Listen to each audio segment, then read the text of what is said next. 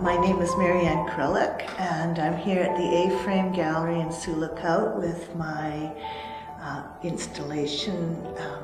interactive installation entitled Within Our Grasp, because I have the opportunity to come to this community and add a few people to my project.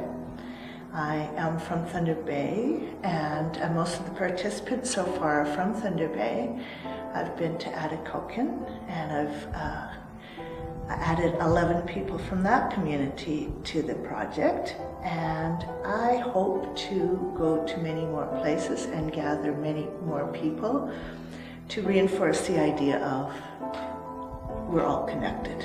My intent for this project was to visually represent this idea of connectedness, and not only that, but I wanted to physically involve people in collaborating with me to create this project.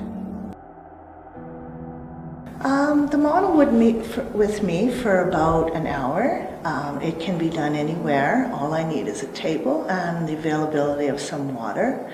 I use plaster bandages to make a cast of the person's hand and forearm as they are holding the completed jute hand of the previous person in front of them. And that way it makes a perfect fit to the addition is fitted.